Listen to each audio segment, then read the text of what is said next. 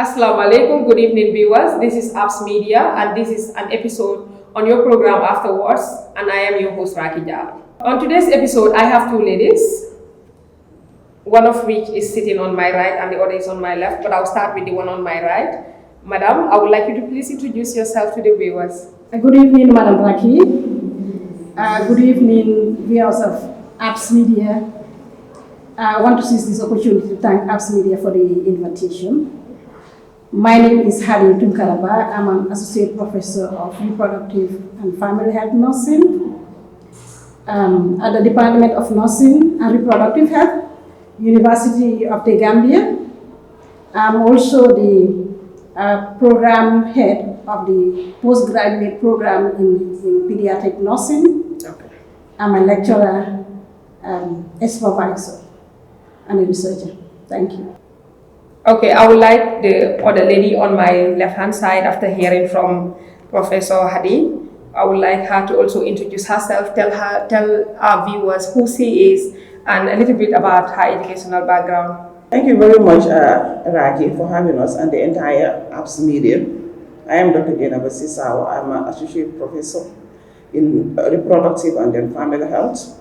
I am a nurse by profession and the head of Department of Nursing and Reproductive Health at the School of Medicine and Allied Health Sciences, University of the Gambia. And greetings to all the Apps Media viewers. Thank you, ladies. After the brief introduction, our episode today will focus on women empowerment and nutritional status of children in the Gambia. That is the further analysis of the 2019-2020 Gambia demographic and health survey. It's a pleasure to have you both. Our next question is, what motivated you to do a research and write on women empowerment and nutritional status of children in the Gambia? I will start with Dr. Jainaba. Thank you, Raki, for that question. Yeah. This particular scientific paper was part of a USAID fellowship program that we did in 2022. As one of the objectives of the fellowship program was to develop a proposal which we submitted early at the stage, and then we were successful. So it's a teamwork. Then from there, we had a training for 6 to 7 months. The objective of this particular fellowship program was to teach participants how to analyze and then utilize DHS data sets from their respective countries or any other country, and also to build skills as well. So this was one of the reasons why we developed this particular scientific paper by using the DHS from 2019 to 2020. All right. Thank you, Dr. Jainaba. Coming now to Professor Haddy, I would like you to also tell us what motivated you to do this research. Thank you, Madam Raki. In addition to what my colleague, Prof. Jainaba, has already said, we are nurses. It means we are clinicians, but at the same time educators, nurse educators.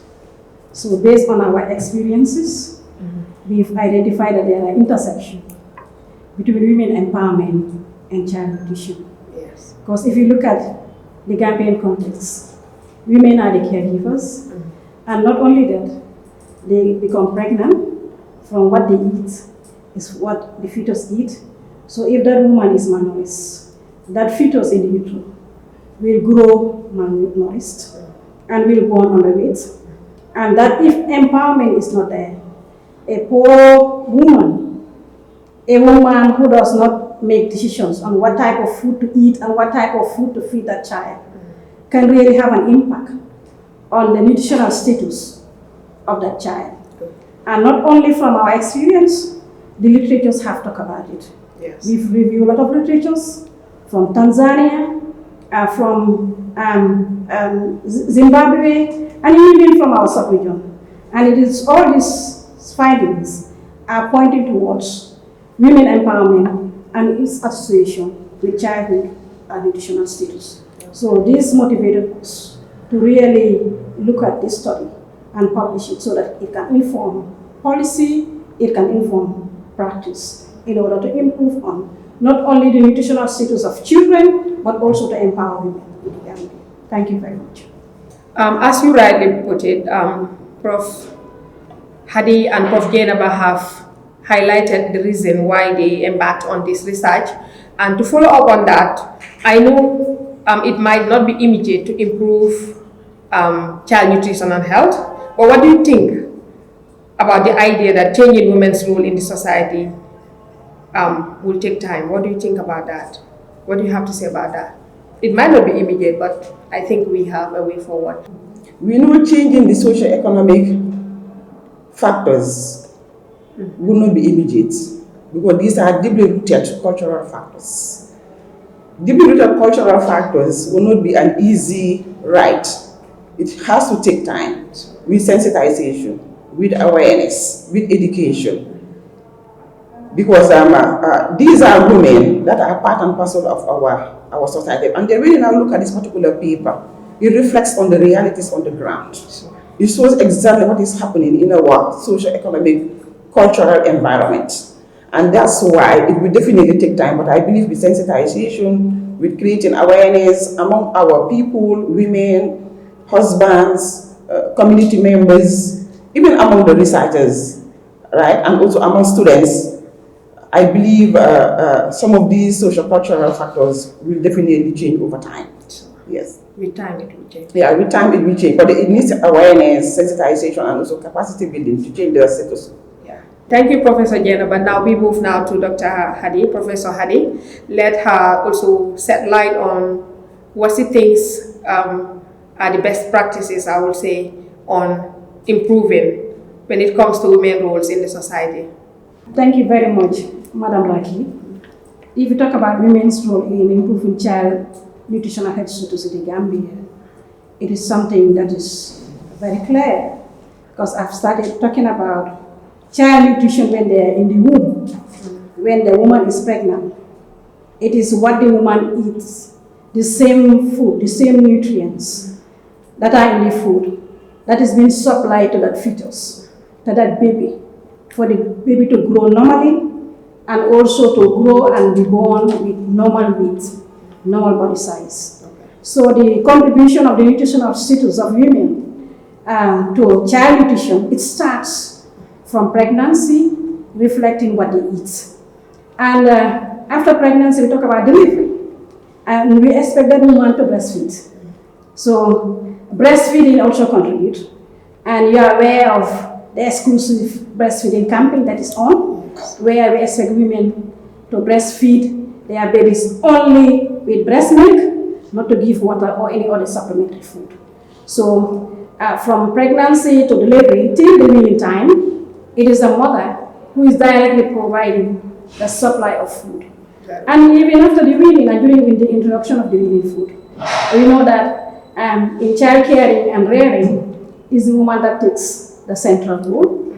So the women participate in selecting the type of food that their children should take, and also even the frequency of feeding their child. So their empowerment is very, very important. The empowerment, as rightly mentioned by Dr. Jainaba, that it is a process, especially if you talk about our cultural context. So it has a lot of facets that contribute to empowerment, and that's brought us here to discuss what are these empowerment facets and how it can contribute to child nutrition. Thank you very much. Thank you, Dr. Jainaba and Dr. Haddy, for those insightful responses on that previous question. I would now like to ask you, how do you respond to criticism focusing only on women empowerment, ignoring other important factors affecting children nutrition, like cultural beliefs or access to education? This time, I would like to start with Dr. Jainaba on that. Social cultural barriers, the social cultural belief is a big barrier when it comes to accessing education, especially in the Gambian context, as far as women are concerned. Because we all know at the grassroots level, most of the time, family members will want to prefer the male child to go to school, yes, and then the female child will stay at home to support when it comes to the domestic chores.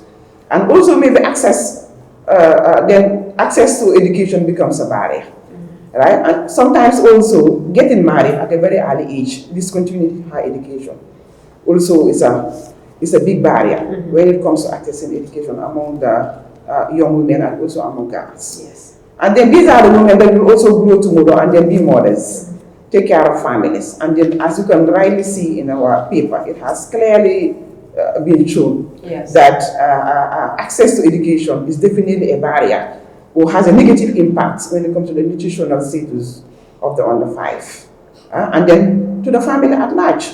So therefore, accessing to education when it comes to women is definitely a barrier that is definitely affecting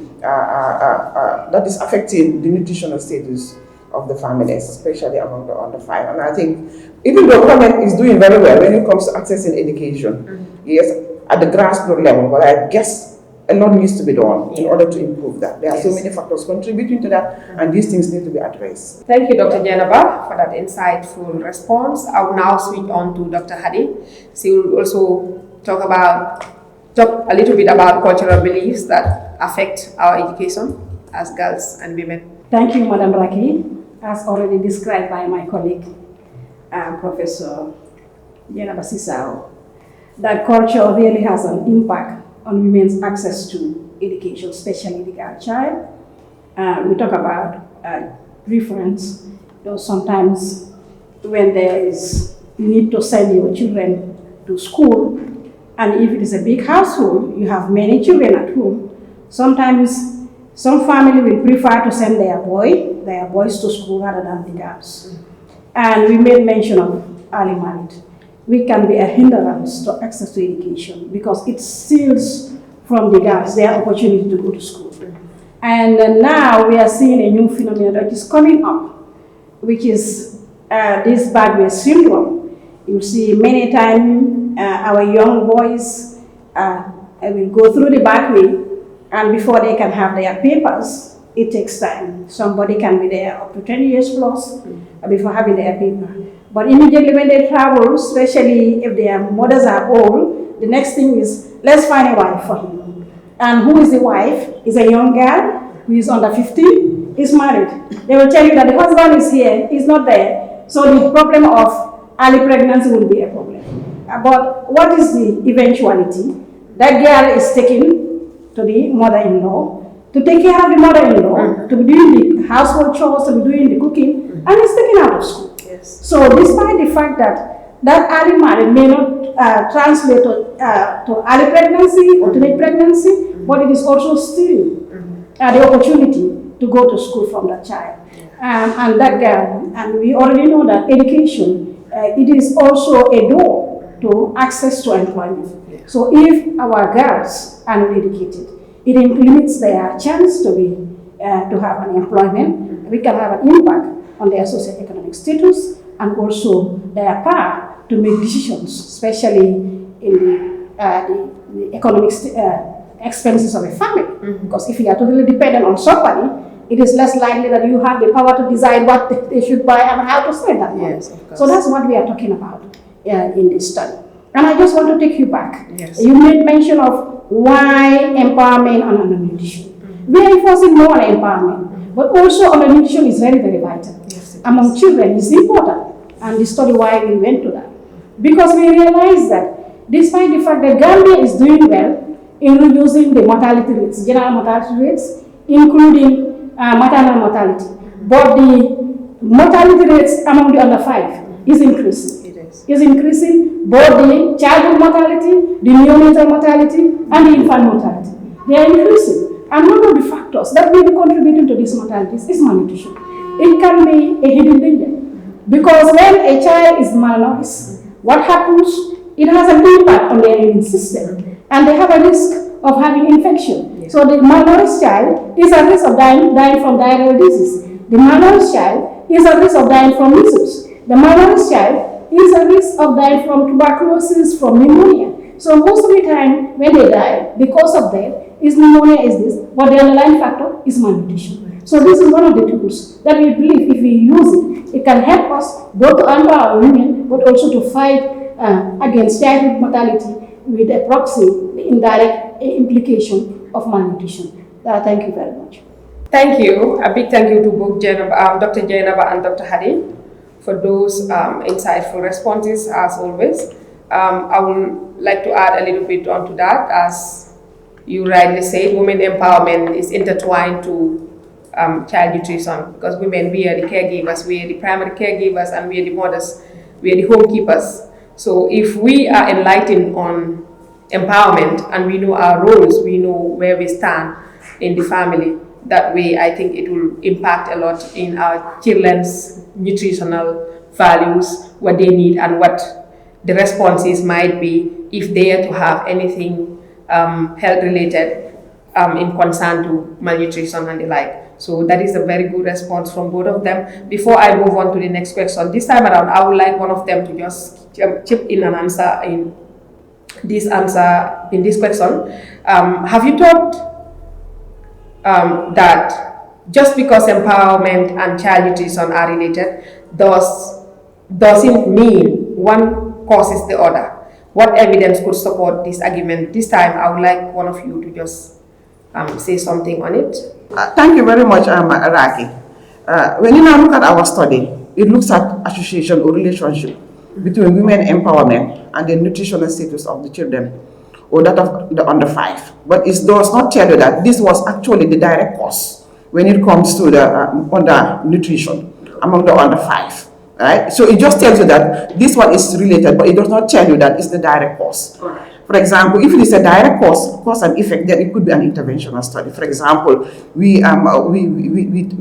directly, for example, give education to mothers, and then we follow them during a particular period, and then to see whether it has a direct effect when it comes to the nutritional status of the particular child. But this one is just telling you that, okay, there is an association between these two factors, but it's not telling you that it is the direct cause directly. So if we want to do that, then there should be another study, because this just gives you a background information that they are related, they are associated, but then it might not be the direct cause of the nutritional malnutrition among children under 5. Thank you, Dr. Jainaba, for that insightful response.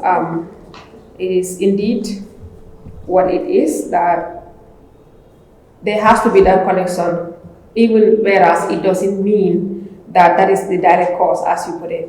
There has to be that connection between empowerment and child nutrition and women nutrition, as you rightly put it. Now we're moving on to another set of questions where we have to delve into your research paper concerning the data and the methods that you used in your research.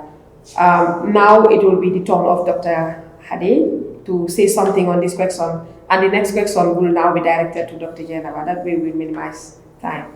Dr. Haddy, how do you plan to address concerns that your sampling methods might leave out critical demographic groups which could affect your results? Yeah, talking about the critics on our sampling method, I think we made mention that this is a secondary data analysis in which we analyze the DHS data, the DHS 2019-2020 data. So it is whatever we describe is the method that the DHS use. Okay. And it is a descriptive study in which we are not looking for cause and effect. We are just looking for association, just to describe the background. Okay. And if you look at it, the DHS is a national data. It's representative. And it has 2 stages in their sampling. In the first stage, they divided the country into local government areas. And the second stage, and they have the enumeration unit in the first stage. Then in the second stage is where they did the selection of households. So I just want to assure our viewers that we use a the demographic health survey of 2019-2020, which is a national data. So we believe our study is representative. Thank you. Thank you so much. That is clear enough to say that you've covered all demographic groups. Our next question is directed to Dr. Jainaba. Dr. Jainaba, have you considered whether focusing on only married or cohabiting women limits how your findings apply to a broader audience? Thank you very much, Raki, for that question. Just a follow-up to what my colleague said, Prof. Haddy. This particular study, we got the data from DHS 2019-2020 that was collected by GBOS. Okay. And definitely, it's a very great institution. and then we trust the process. Yes. We believe that they had all the necessary training required for them to collect a very representative sample. And then these are international data sets that can be used not only in the Gambia but everywhere. So we trust the process, and then we believe that whatever sampling method that was used during the data collection period is very reliable and also very valid. So whatever we're using for the analysis is trustworthy and very reliable. And then we assure that whatever we generated from this particular study was very reliable and also very valid. Okay. Because it also reflects on the realities of the ground as well. So the data was very representative. Yes. Thank you so much, Dr. Jainaba, for that response. Dr. Haddy, coming back to you, there is a question that says, have you considered whether focusing only on married or cohabiting parents limits how your findings apply to a broader audience? Thank you. Looking at the married and cohabiting women only, whether it can also be generalized to the general population, I can say no, because in each study there are limitations. But I've already mentioned that we use the demographic health survey, and in the demographic health survey data there are files. There are different files with different names. And one of the files that we used was the KR file. The KR file is the file that contains women that are married, that are cohabiting or living with their husbands, and they have children under 5. So that was the file that contained information about women and their children. So that was why we used that file, and that's why we specify it.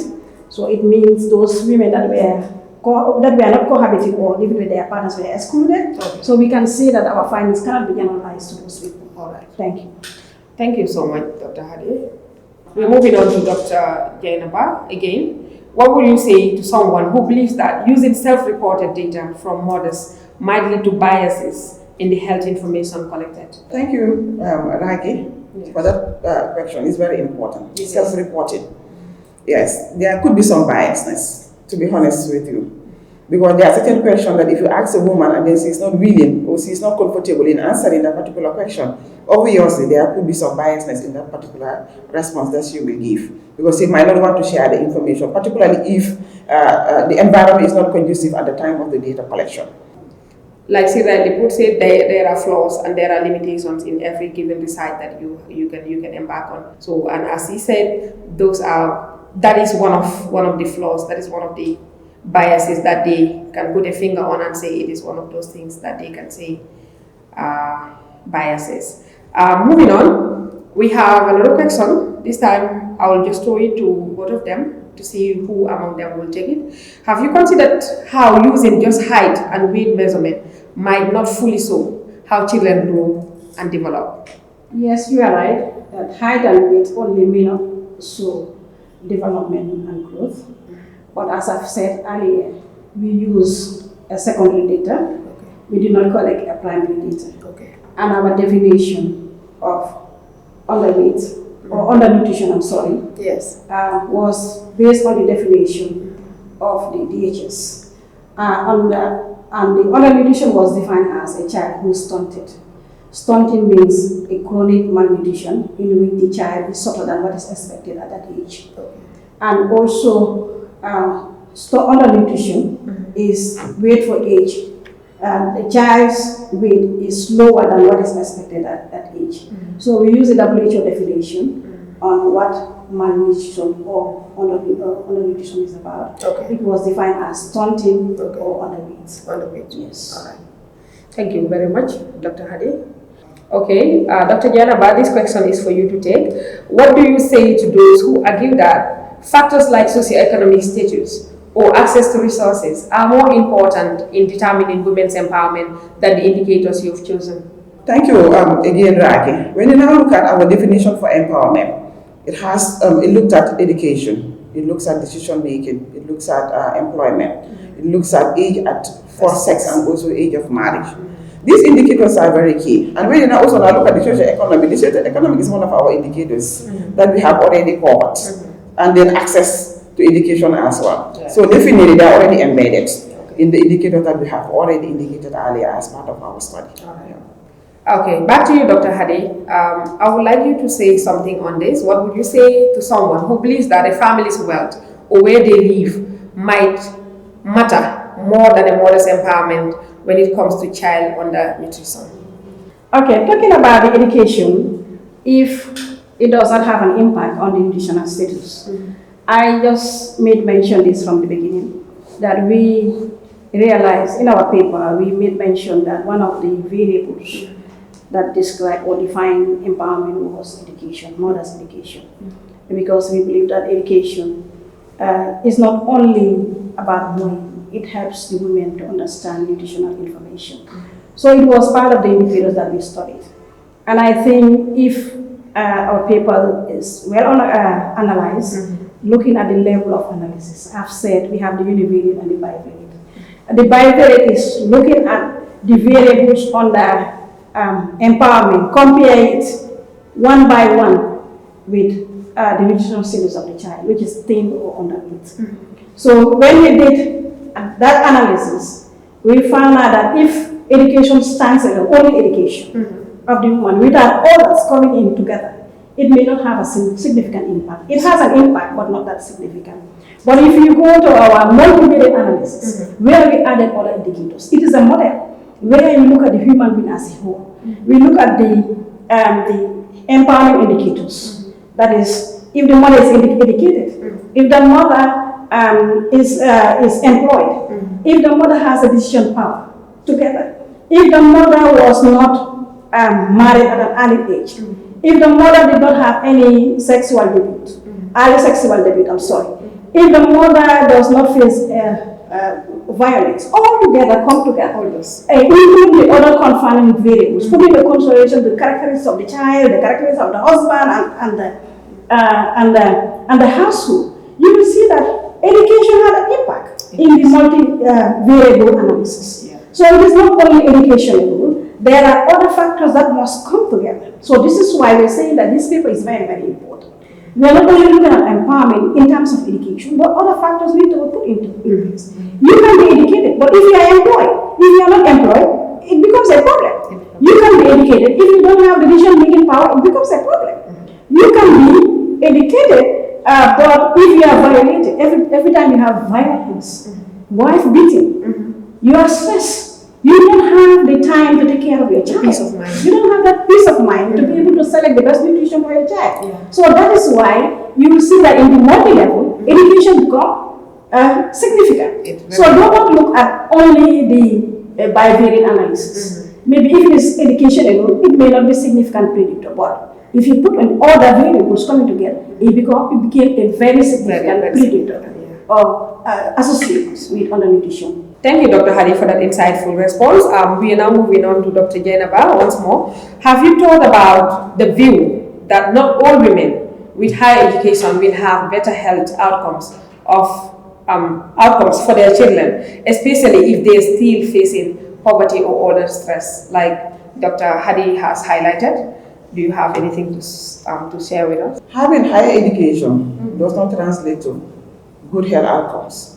We've seen people, even after this study, we've seen people with high educational level, but that does not mean that they will have a very good health outcome. So that shows you that there is something that is missing, which is the health literacy part. The health literacy part plays a very important role when it comes to the health outcome of the individual.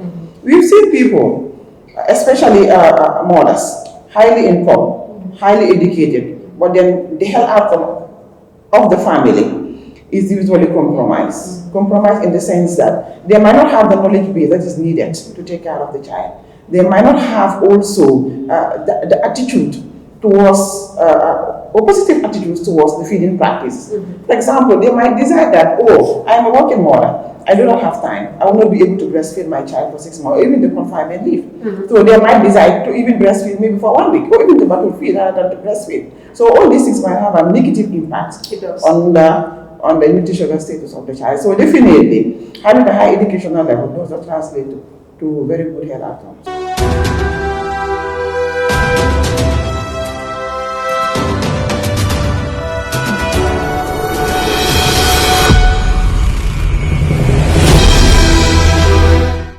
Viewers, just a quick reminder that you're watching Apps Media. This is your episode on the Afterwords program. And here with me, we have two professors, Professor Haddy and Professor Jainaba from the University of the Gambia.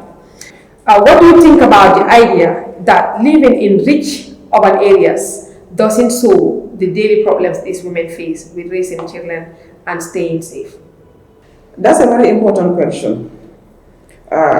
Challenges are everywhere, be it in urban rich or urban poor, be it in rural rich or rural poor. But then the challenge is depends on where you are. So living in an urban rich does not mean that you have everything. Yes. Right? So and these people also have their own challenges. The challenges could be the time, right? That you spend with the child, how to take care of the child, supervising the child's nutritional status, or even the eating pattern, and also the serving pattern, the cooking pattern that needs to be given to the child. So these are all challenges that this particular population will face when it comes to taking care of the under 5. Yes. So each category has its own challenges, and then challenges are very they are common. Yeah, they are common, and they are unevitable when it comes to management of children under 5s. Yes. Thank you, Dr. Jainaba, for that response. We are now moving on to the conclusion of our interview. Here we are going to look at the limitations of your studies. Number one of which I would like you to talk on is, what about those who argue that cultural attributes towards wives might not directly impact children's health, but instead highlight deeper systematic issues that also need attention? So who amongst you will take that? Is it Dr. Haddy or Dr. Jainaba? Cultural attributes, especially in terms of married life and its impact on women empowerment and child's health. I made mention from the beginning that women empowerment, it may not be a direct contributor, it's a proxy. Yes. Like if you empower a woman in decision making, especially if the woman can decide on what type of food to cook and has the purchasing power to buy and is highly knowledgeable and educated. Dr. Jainaba talk about health nutrition, know about what the child needs. It is more likely for you to have a well-nourished child. But there are different factors in our married life. And culture depicts that. If you look at it, if you have time or anybody has time to read the findings of the DHS, we talk about women, especially wife beating. We have some women that agree that their husband can beat them in certain circumstances. Like if they want the food, their husband can beat them. If they leave the house without the permission of their husband, they can beat them. If they don't take care of their husband, their children, their husband have the right to beat them. So it means that those people that are being abused are even trying to find excuses for them to be abused. So that is about culture. That's reflecting our culture. This means that the culture is teaching the woman that it is normal for your husband to beat you in certain circumstances. So really we can say that culture has an impact on whatever we are discussing if in relation to women empowerment, especially talking about marriage life, what happens in the family. Culture really they play a very critical role. Yeah. Thank you. Thank you so much, Dr. Haddy, for that response. As you rightly said, if the people that we are trying to highlight here themselves are saying there is reason or giving an excuse on those things that are meted on them, I don't think there is much that can be done on that. Dr. Jainaba, now up to you for you to tell us, how do you respond to critics who say that your studies, cross-section design, makes it hard to establish a cause and effect relationship between women empowerment and children's nutrition? Thank you very much, Raki. As we mentioned earlier, this is a secondary data analysis that was already collected by GBOS. So to say that it's a cross-sectional study, obviously, and then it did not look at cause and effects, right? So it was to describe the status quo, what actually is existing on the ground. But it did not look at cause and effect. So definitely it could be a limitation.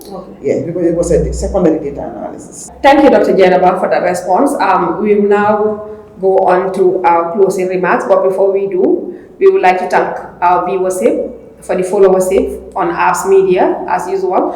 And we like to thank the technical team and the people that are behind Apps Media. Before we go, I would like my guests to give a closing remark on our subject matter. Dr. Jainaba and Dr. Haddy, please.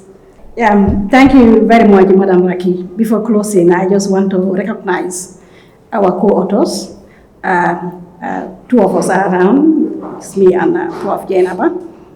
But we also have other co-authors, that is Prof. Francis Sarr and Prof.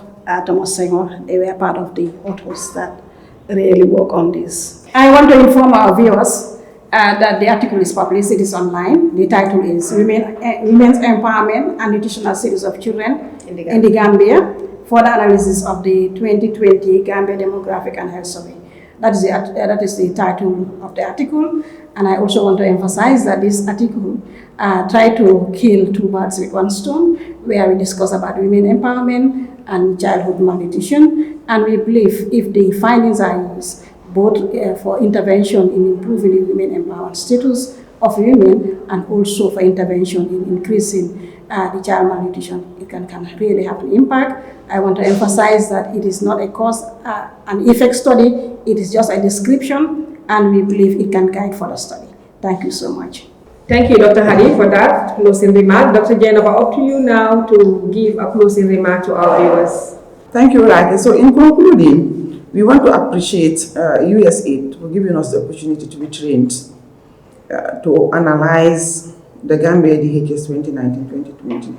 As you can see in the results, they're very captivating in the sense that the main findings of the study was that women accepted to be beaten by their husbands. About 58% was very high. Very high. At the same time also, we realized also that 51% or 48% of our women were illiterate. They had no formal education. That was definitely a call for action in order to improve nutritional, to improve nutritional status of children under 5. So we definitely want the government to look into that again in order to improve women empowerment and also nutritional status of children under 5 and also the family at large. So on that note, we also want to appreciate our co-authors, Prof. Sarr, and also Prof. Senghor. This was a teamwork because what was one of the criteria for this particular paper. We also want to appreciate GIBOS for publishing and also giving us access to utilize the data set for this particular analysis. On that note, we also want to appreciate Apps Media for giving us the opportunity to share the scientific paper, and also all the technical staff behind the scene, and also our hosts. Finally, we've come to the tail end of our interview with Dr. Haddy and Dr. Jainaba from the University of the Gambia. We would like to say a big thank you to each and everyone that is watching us right now.